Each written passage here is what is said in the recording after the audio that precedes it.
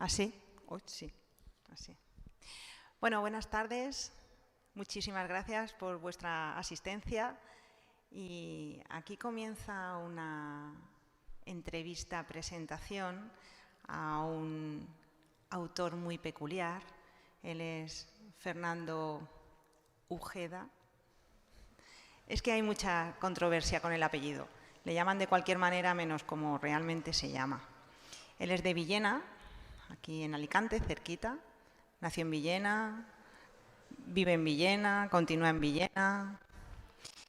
Y aquí donde lo ven, Fernando ha sido finalista de todo. Del premio Planeta, el premio Azorín, del premio Nadal, del Ateneo de Valencia, no sé cuántos premios.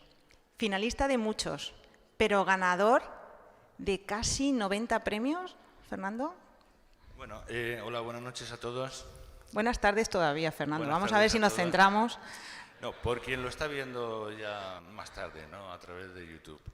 Pues a fecha de hoy he sido galardonado en 87 certámenes 87 certámenes. Pero lo mejor de todo es que da igual lo que escriba. Igual da que escriba novela, que escriba relato corto, que escriba poesía.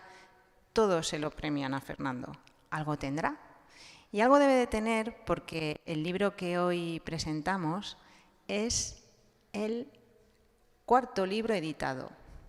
Y digo editado porque todos los libros de Fernando han sido editados, no autoeditados, que es una diferencia importante porque cuando hay una editorial detrás de cada libro, eso ya significa un sello de calidad. Y esto le pasa a Fernando. El primer libro que editó vino de la mano de un premio, el premio Ciudad de Badajoz, con la alternativa El Escorpión. Y luego editó otro libro, ya con Ole Libros, Cartas desde el acantilado. Luego otro, una antología de cuentos, Breve tratado de lo efímero. Luego también tiene ahí sus participaciones en antologías hispano-argentinas. Y hoy nos viene con un género que no es habitual en Fernando, y es novela negra. Una novela negra de manual. Y digo de manual porque tiene todos los elementos que una buena novela negra ha de tener. ¿Por qué, Fernando, te metes en estos líos? ¿Por qué una novela negra ahora?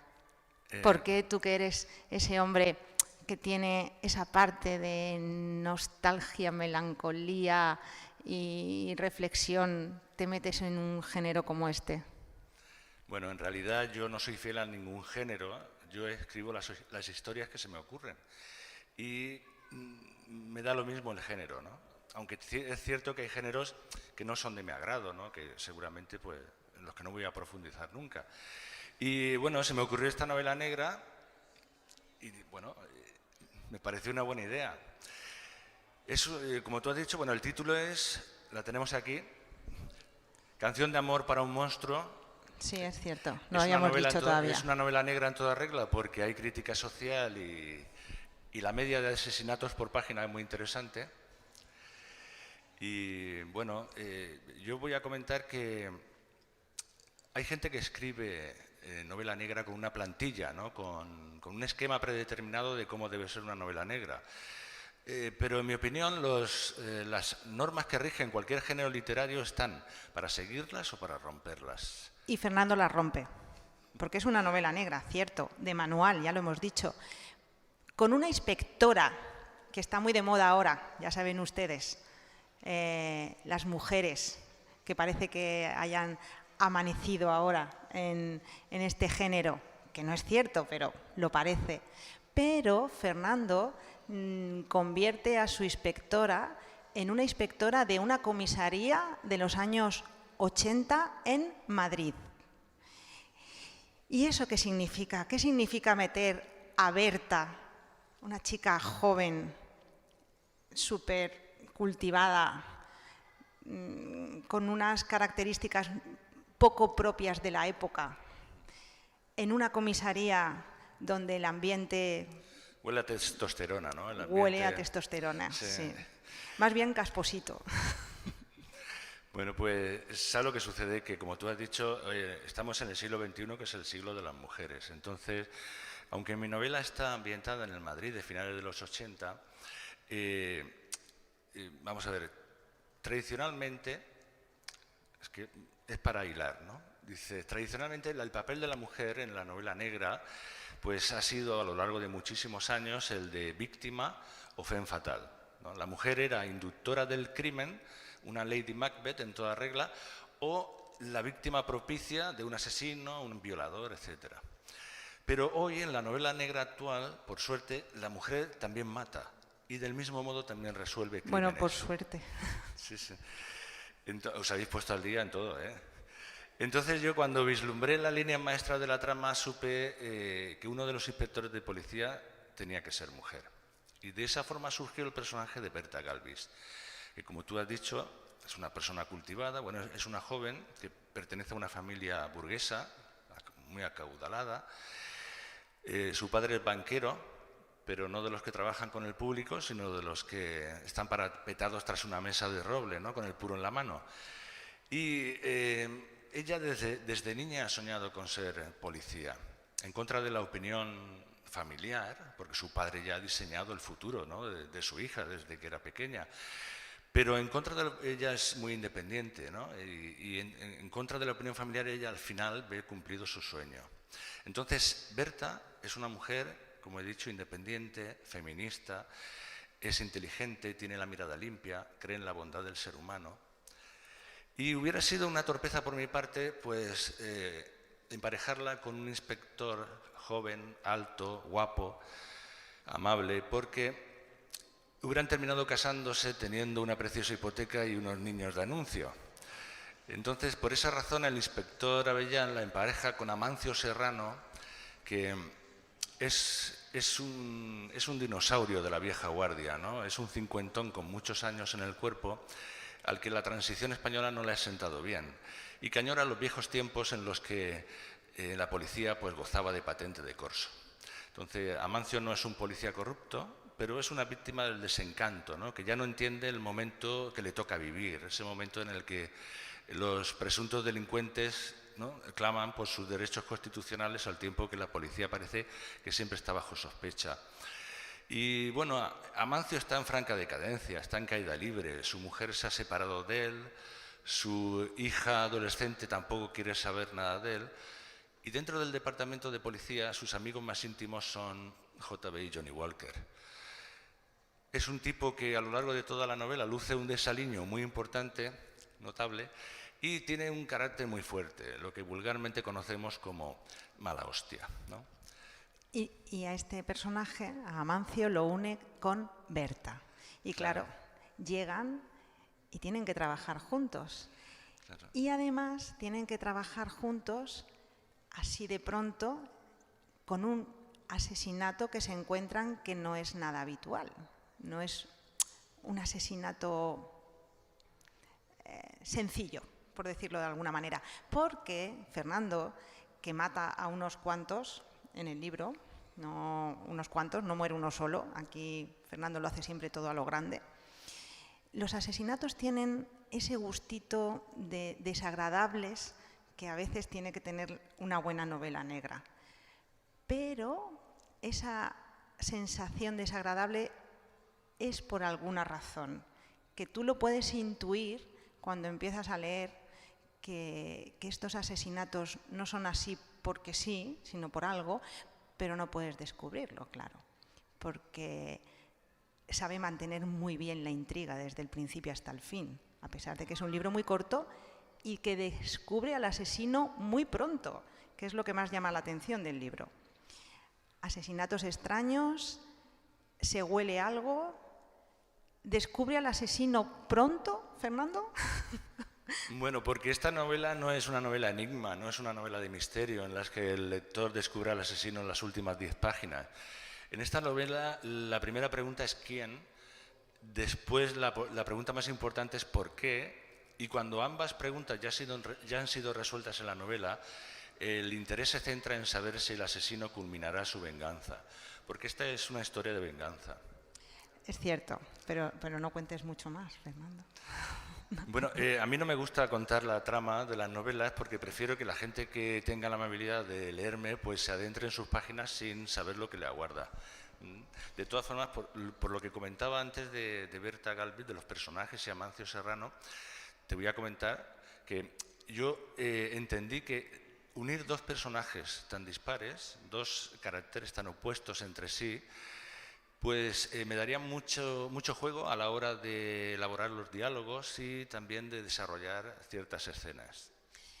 Es muy importante lo que está diciendo de los diálogos y las escenas, porque él cuida muchísimo todo lo que tiene que ver con la literatura en sí, o sea, con la escritura en sí. Él es muy meticuloso, muy medido, muy comedido incluso. Y claro, la novela negra tiene un tipo de lenguaje muy rudo, muy grosero incluso, muy del día a día. Piénsenlo, están en una comisaría, repito, años 80, una mujer, la primera además, que entra en la comisaría, una mujer guapa y joven, que, bueno, pues es un lenguaje casi humillante el que se utiliza en la comisaría, ¿no? entre compañeros. Pero Fernando también se inventa algo para poder trabajar su manera habitual de escribir. Es decir, esa literatura que lees y solo por cómo está escrito ya te engancha independientemente de lo que diga.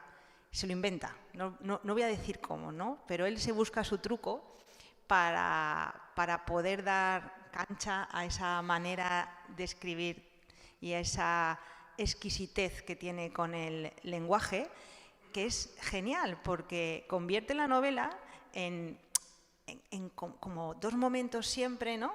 De dos planos a nivel lenguaje literario, que es muy curioso y que creo que también atrapa al lector, ¿no? ¿Cómo consigues esto? Bueno, esto no tiene ningún misterio, esto es simplemente intentar darle a cada personaje su voz, ¿no? Porque un escritor se tiene que proyectar en cada personaje e intentar que cada personaje no se traicione a sí mismo. Entonces, si un personaje es un psicópata, tiene que hablar y obrar como un psicópata, ¿no? Y etcétera. Entonces, por lo que tú decías, el truco que yo me he inventado, bueno, es que llegó un momento que yo mismo me di cuenta de que los diálogos del asesino me estaban saliendo demasiado elocuentes. Y entonces tuve que darle una profesión muy concreta, ¿no? Para justificarlo. Es verdad. De todas formas, es cierto que a mí me gusta trabajar la prosa. A mí no me gusta escribir una prosa no directa, ¿no? Porque esta novela, quien haya leído mi anterior novela, Carta desde el acantilado, pues ahí sí que yo entendí que la voz del narrador pues favorecía una prosa con tintes poéticos, ¿no? Pero esta novela no. Entonces, de todas formas, me gusta trabajar la prosa porque yo empecé a escribir pensando que la literatura era eso. No escribir como si estuviera redactando, ¿no? No sé, en bachillerato una redacción, ¿no? De frases simples, sencillas, una detrás de otra, o como si estuviera elaborando un texto periodístico, ¿no? A mí me gusta darle el giro a las frases a veces, ¿no? Con la intención de embellecerlas, ¿no? Con y después también me gusta a lo largo de los diálogos, incluso a través de la voz del narrador, pues de vez en cuando pues, soltar alguna frase sentenciosa, jugar con la ironía, intentando pues sacarle al lector alguna sonrisa. Y bueno, yo he hecho lo que he podido, ¿eh? No, pero lo ha conseguido, se lo digo yo, que lo ha conseguido. Porque sí, porque ya lo digo, Fernando es muy exquisito con el lenguaje, sabe de verdad poner voz a cada personaje de manera que rápidamente en los comienzos de los capítulos reconoces quién está hablando solo por cómo habla, y eso me parece muy importante para centrar también al lector. Y me gusta mucho de verdad esa mezcla que no es habitual en una novela negra como es esta, ¿no? Porque ya pues tiene un lenguaje propio y una manera de hablar propia la novela negra que él rompe.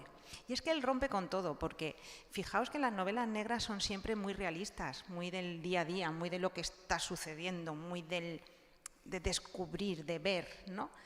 Y Fernando, en toda esa realidad, incluso de crítica social que tiene, que luego si quieres podemos comentarlo, pues en toda esa realidad, en la novela nos mete un fantasma, tal cual, oye, que no lo creemos, que lo vemos súper normal. Ese elemento que es disruptivo del todo, que te lleva a un mundo onírico, que te parece... Bueno, pues es que tratas con el fantasma como si fuera real y es que el lector se lo cree tal cual y lo entiende y entiende que tiene que estar ese fantasma y no solo eso, sino es que es uno de los ejes centrales alrededor de los que gira tu novela. Bueno, pues voy a tener que ir más allá de donde yo quería. Es que como no me gusta contar nada, pero... No, un fantasma, escucha, pero no cuentes más. No, voy a comentar. Mira, a ver que luego, que luego te riñen. Spoiler. No, poco spoiler. A lo largo de la novela, el asesino habla en ocasiones con el fantasma de su esposa. Entonces, ¿eso es un fantasma o es simplemente una recreación mental?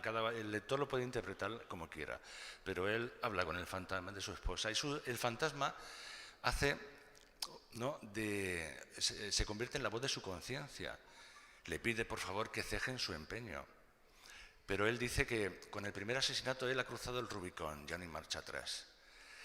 Y os voy a comentar el porqué del título, Canción de amor para un monstruo.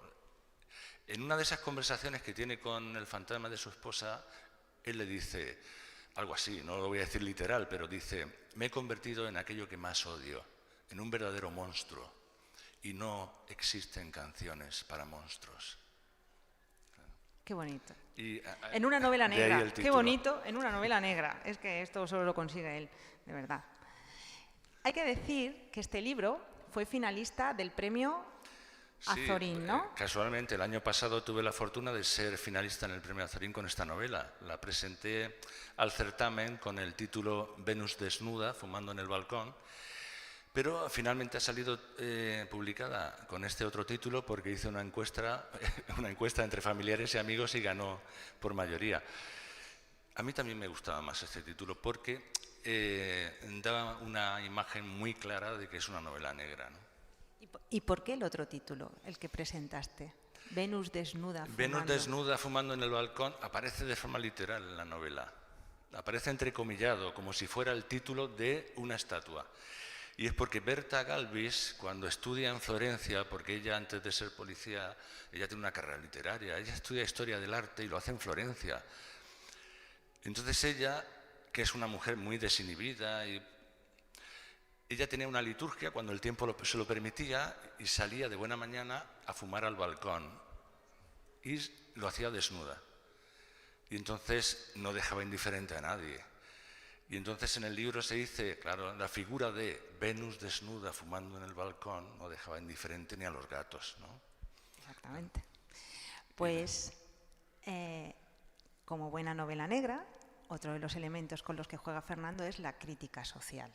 Porque ya sabemos que una novela que se quiera de verdad colocar en este género tiene que incidir en algún aspecto social que tú creo que lo reflejas en Berta o lo viertes principalmente en Berta, pero alrededor de ella sí que vas describiendo la sociedad en la que vivíamos en España hace unos cuantos años, pero que nos parece ya como muy lejanos con las cosas que nos cuentas.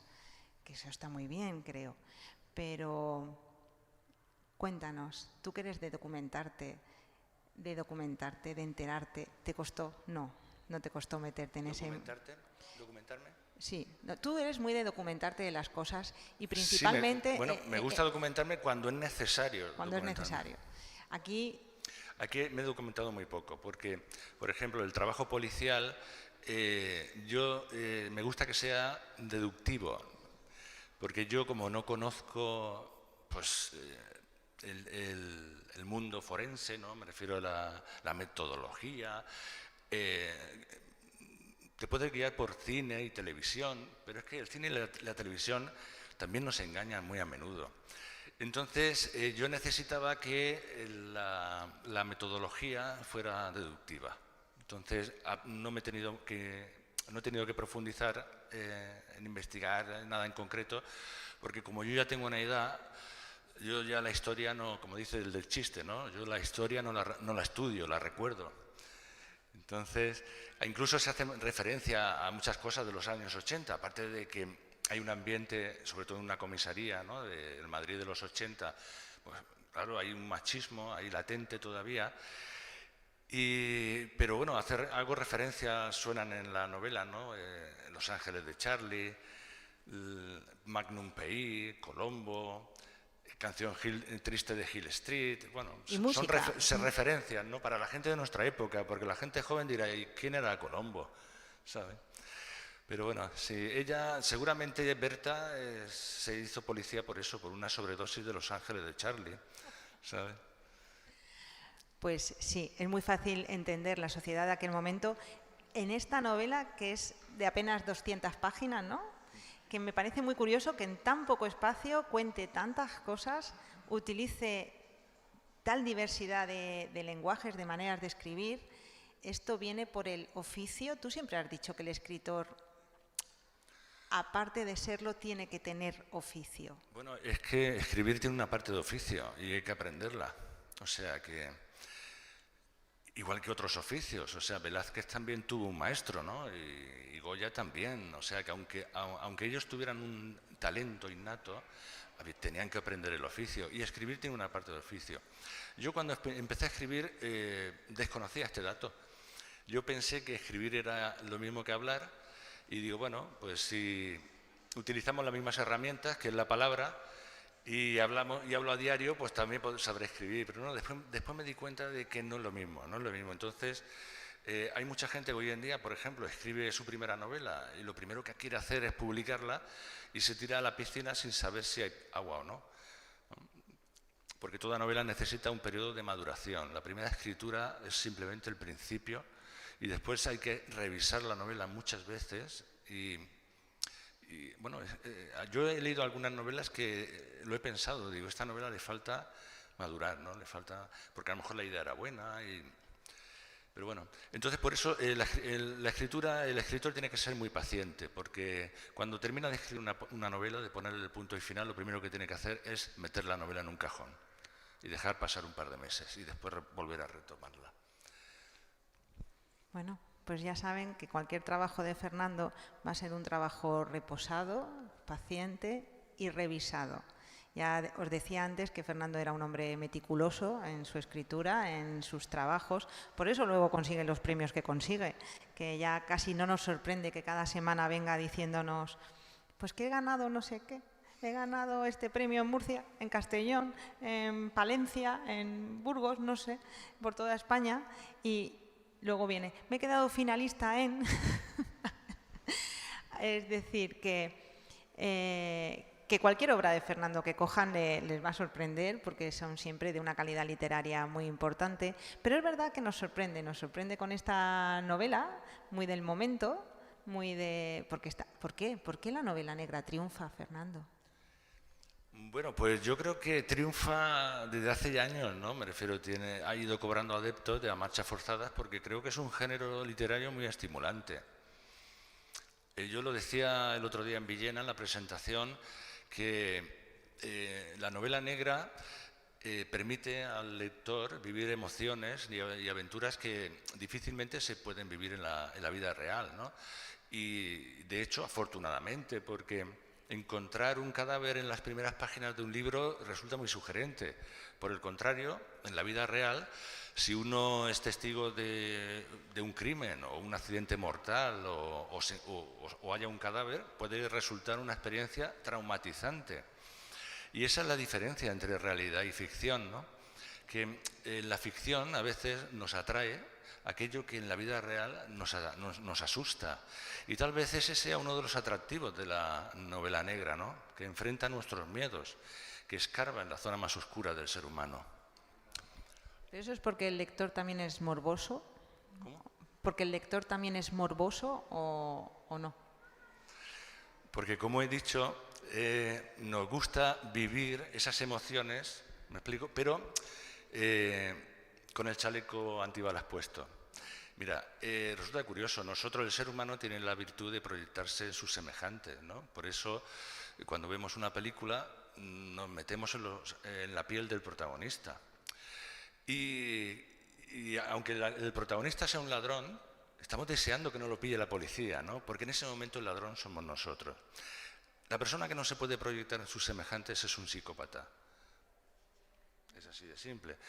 Entonces, al tener esa virtud podemos disfrutar de muchas vidas y podemos viajar a muchos sitios. Todo gracias a libros, ¿no? A películas, etcétera.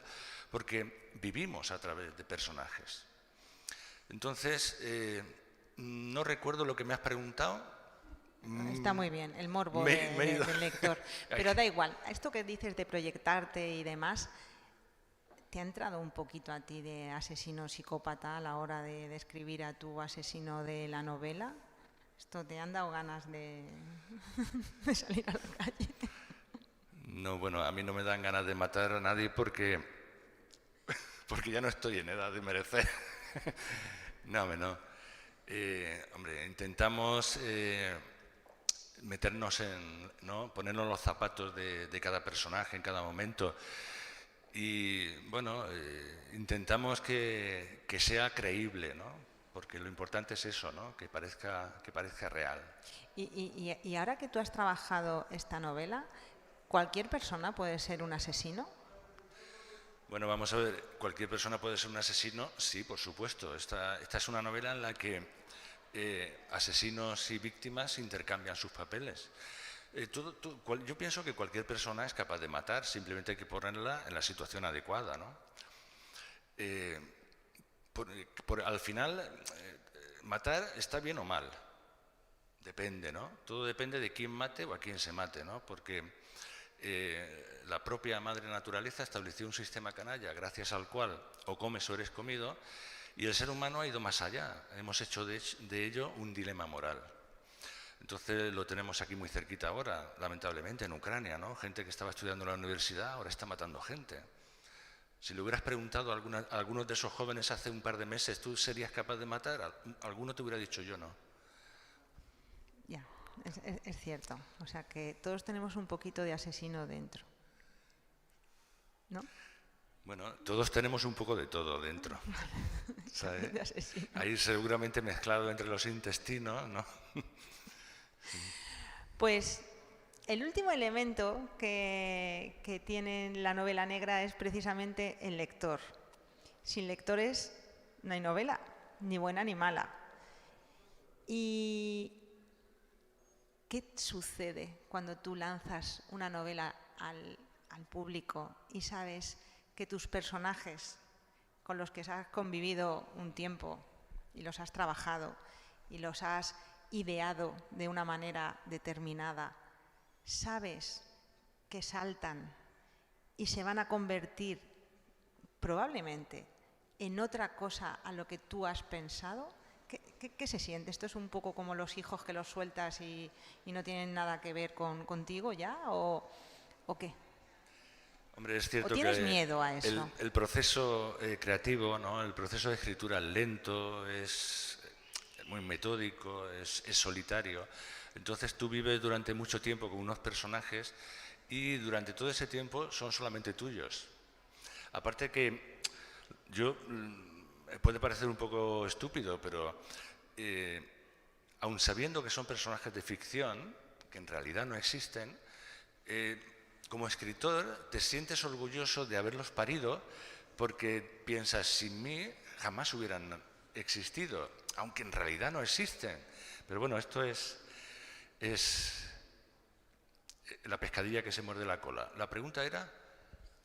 ¿Qué te parece que salten tus personajes claro, a la calle y ya exacto. no sean lo que tú pensabas que iban a Exacto. ser? Entonces, durante todo ese tiempo la novela es solo tuya y llega un momento en que, como ahora, la novela ya pertenece a mucha gente, pertenece a todo aquel que quiera leerlo.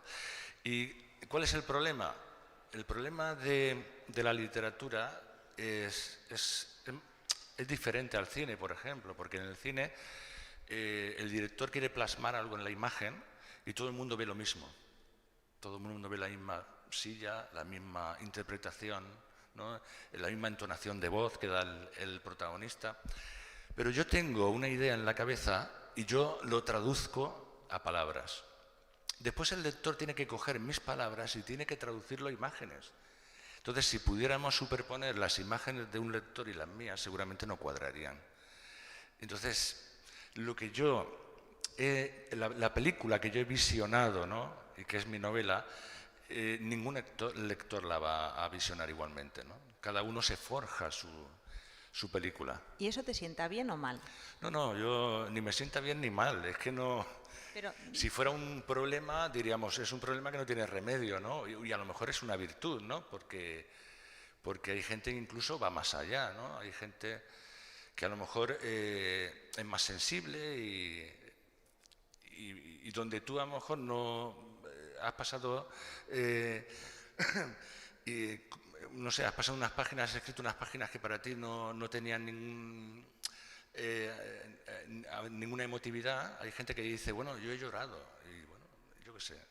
O puede ser al revés, ¿no? Yo he llorado escribiendo, porque yo siempre lloro escribiendo, no durante toda la novela, pero sí que hay momentos en los que yo, claro,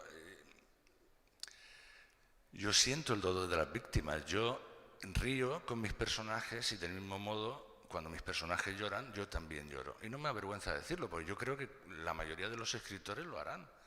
No creo que sea algo es que ajeno. es cierto, que tiene momentos emotivos que también destacan en una novela negra, que también es un poco disruptivo. Pero es cierto que tiene momentos que dices, vaya, y es que ya no sé si estoy con la víctima, con el asesino, con el muerto o con la familia de los vecinos, ¿no? Porque sí que es verdad que Fernando genera ahí una nebulosa que hace que el lector se plantee absolutamente todo, ¿no? Como esto que decíamos de podemos matar, somos capaces de matar, de no, soy un asesino en potencia, el por qué la sociedad a veces puede llegar a defender a un asesino, porque no se entiende por qué alguien se convierte en un asesino cuando no tiene ninguna razón para serlo, y eso provoca tanto dolor. Es decir, también a lo largo de la lectura, Fernando nos plantea un montón de reflexiones, o sea, que además de lo que es la trama, que no pueden dejar de leerla, porque en cuanto empiezan tienen ahí al muerto, Andrés Menor además, el primer muerto, ¿no? El primer muerto se llamaba Andrés Menor. Se llamaba. Es el nombre de un amigo mío. Lo mató. Estos son guiños que hay en la novela, pero solamente lo pilla quien lo pilla. El primero lo mató. Claro. Y a partir de ahí es que ya no pueden dejar de leer porque, bueno, pues la trama es muy rápida, la novela ya es muy corta, ya lo hemos dicho, y la intriga es, incluso sabiendo quién es el asesino, que igual es lo más llamativo, incluso sabiendo quién es el asesino, la intriga continúa en el mismo nivel, o sea, la tensión continúa al mismo nivel hasta que termina con un final que se entiende perfectamente, pero que si se hila un poquito...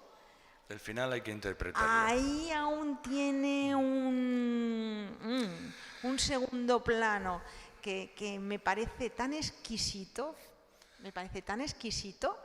que se puede recrear en el final. Que tampoco es fácil en una novela negra, porque normalmente concluyen y cada uno a su casa, tan contentos, porque normalmente se resuelven. Y en cambio Fernando deja ahí un regusto que dices... Lo único que puedo decir sobre esto es que en la novela se cometen 8 asesinatos. Yo aconsejo a quien la lea que cuando termine cuente los cadáveres, por si a alguno se le ha traspapelado. Pues ya saben.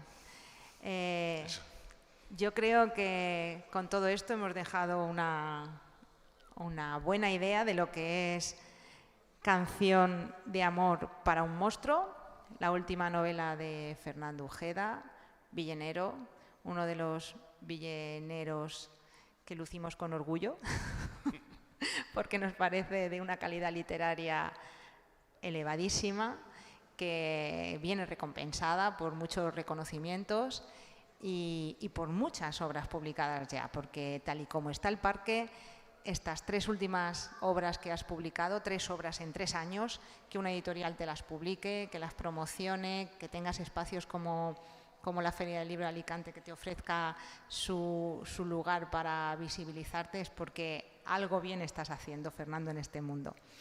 Y no sé, igual alguien quiere preguntar algo o le apetece saber algo más sobre este libro. Este libro que además se puede comprar, porque ya hemos dicho que el último elemento es el lector. Sin lector no hay novela. Entonces, se puede comprar en la feria, ¿no? Sí, en la feria. Y justo en Galeradas lo he visto que estaba. En la caseta de Galeradas, aquí enfrente. ¿Alguien quiere decir algo? ¿Alguien tendréis que decir algo? ¿Alguna pregunta? ¿Algo?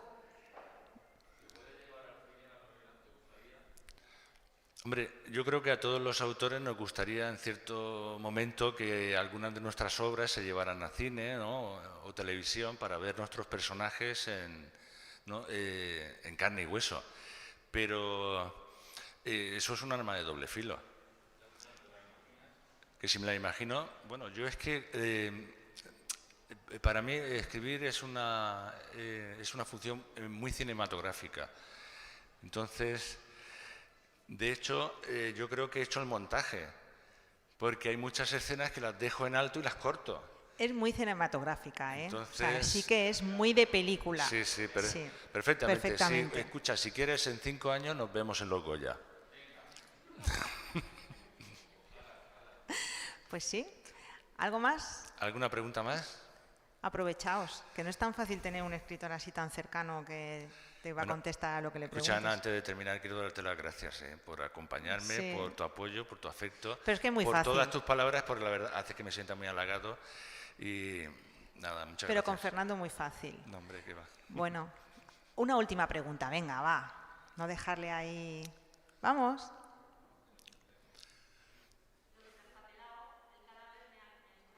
Ay, dice que lo de traspapelado, lo de que hay ocho asesinatos, sí, pero que cuando termine el libro que cuenten los cadáveres, sí, que le ha dejado intrigada. Ya, pero es que hasta ahí puedo leer. Es que es así, es tal y como él lo dice. Es que no puedo contar nada más. Claro. Sí, sí, es que de verdad que él tiene como una segunda lectura ahí que dices, ostras, se me pasaba esto, ¿no? Sí. Sí, sí. Y decir, mira, es una novela, perdona que te corte, es una novela que va de menos a más, que es como deben de ir las novelas, porque si van de más a menos la hemos liado.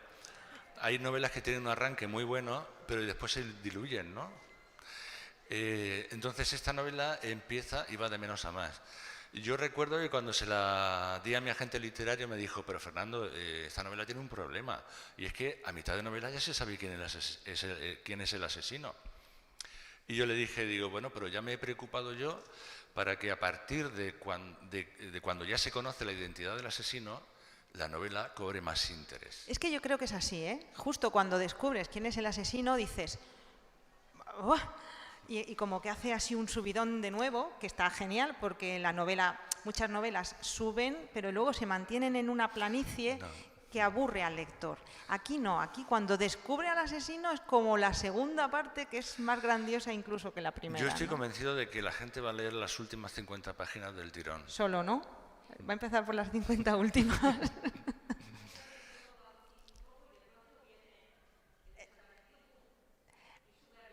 Sí. Ya, yo te lo digo que así es. Justo cuando crees que ya está todo, te vuelve a sorprender. Es como una segunda parte en la primera, porque es todo la misma historia.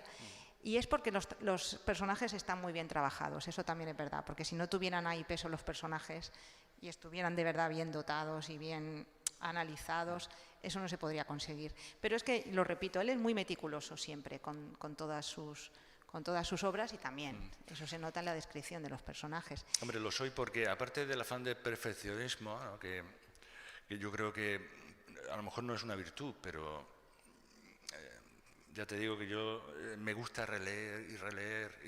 Mira, Gabriel García Márquez tenía también ese afán, ¿no? De releer, hacer revisiones continuas. Y él decía que terminaba de escribir una novela cuando al final el editor se la arrancaba de las manos. Porque él decía, no, siempre una lectura más. Y a mí me pasa eso, ¿no? Siempre parece que digo, no, una lectura más. Y aunque en una lectura en 200 páginas cambies 3 palabras, o borres una frase, o crees 2 frases nuevas.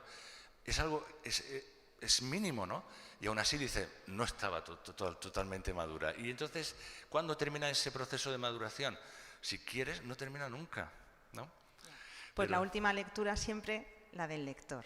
Así que tenéis la oportunidad de redescubrir a Fernando en este género, si no lo conocen todavía, descubrirle directamente, si nunca han leído nada de Fernando Ujeda, con una novela que les va a atrapar segurísimo. Canción de amor para un monstruo, en la Feria del Libro de Alicante, recién salidita del horno. La presentación en Villena fue hace 48 horas. O sea que es una novedad absoluta y segurísimo que después de este libro, si lo leen, querrán leer más de este autor, seguro. Fernando, un placer estar contigo. No, bueno, el placer es mutuo, lo dicho, muchas gracias. Y no nos ha salido mal, no nos ha salido mal para para Si alguien quiere estar. llevarse un ejemplar dedicado, estaré encantado de firmárselo. Así que, pues nada. Y muchas gracias por venir a todos, ¿eh?